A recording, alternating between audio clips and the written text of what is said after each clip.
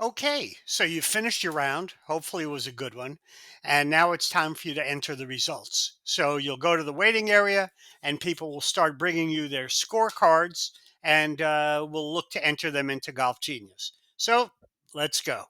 Okay, so we're going to start at the dashboard here. And as always, we're going to click on rounds. And now what we're doing, we're entering scores. And you see it says enter the gross scores, we do the rest. So we click on that enter scores, and it's going to bring you to a listing of all the different playing groups that we're working with. And the scorecard I've got in front of me right now is for the third group. So I am going to click here on this down arrow, and you see it's got the four players in the group, and it's just waiting for you to enter scores. So I'm going to go. Okay, we'll start with the first player. I enter a four. You see it automatically switches to the next position. You don't have to tab it over. So finishing out Marshall's round 7-3-5-6-5. 5-4. I see it's got a subtotal of 42, which matches what's on my scorecard. Continuing to his back nine, I'm going to go 3-5-6-5-4-6-6-4-8. And I look, I see it's a 47.89. Again, it matches my scorecard. It's brought me to my second player.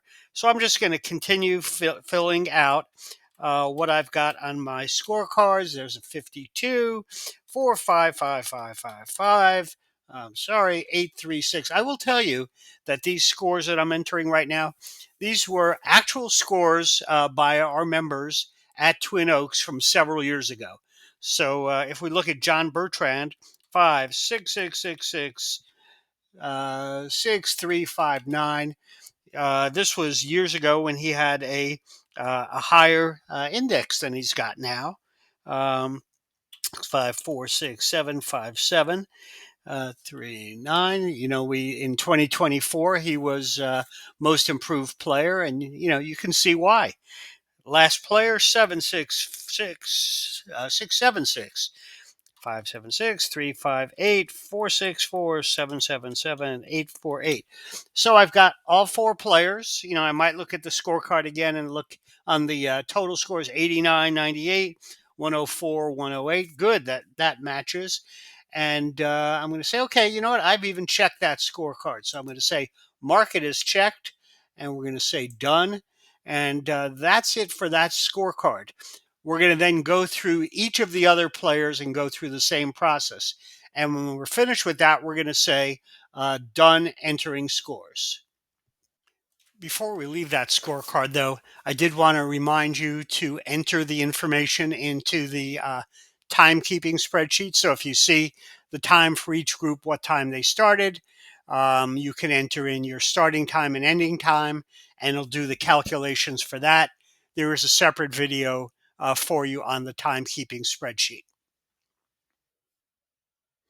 Okay, so now we're back at the round menu, and what we want to do is put in closest to the pin information and really close out the round. So we're going to say display the leaderboard. Here, it's going to go through its calculation there to do that.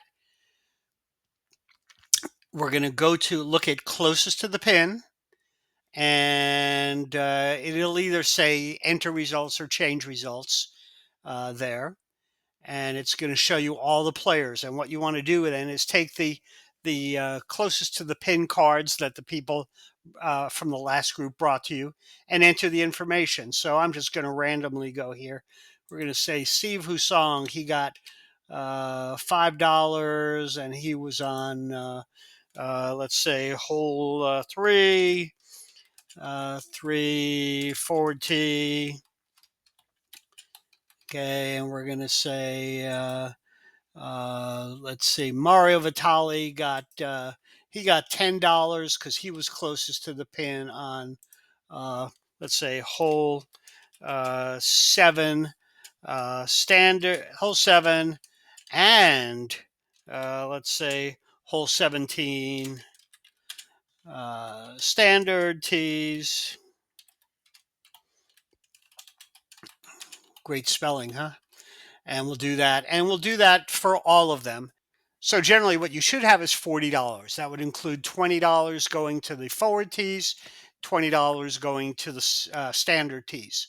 I'm not going to enter all those in right now. There could be exceptions to that. Let's say, for instance, there was more or less than four par three holes, so that could be a difference. Or sometimes maybe, and this generally happens with the standard tees, maybe there's a hole that nobody got onto the green. So it could be, slightly higher or lower than $40. But when you've got all of those in, you're going to click Done Adjusting right here, and that's pretty much how you've entered that part.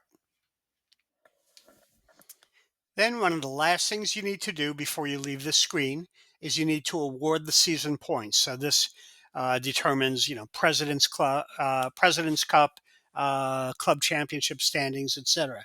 So you click on Award Season Points here, uh, and it basically tells you what it is. You say Save, and that's it. It's done that piece for you. So that is pretty much how you enter all the scores and the results at the end of the day. When you're finished, you can maybe when you get home take a look at it, and then you'll get into sending the final results um, to the handicap chair. I hope this was helpful. Enjoy.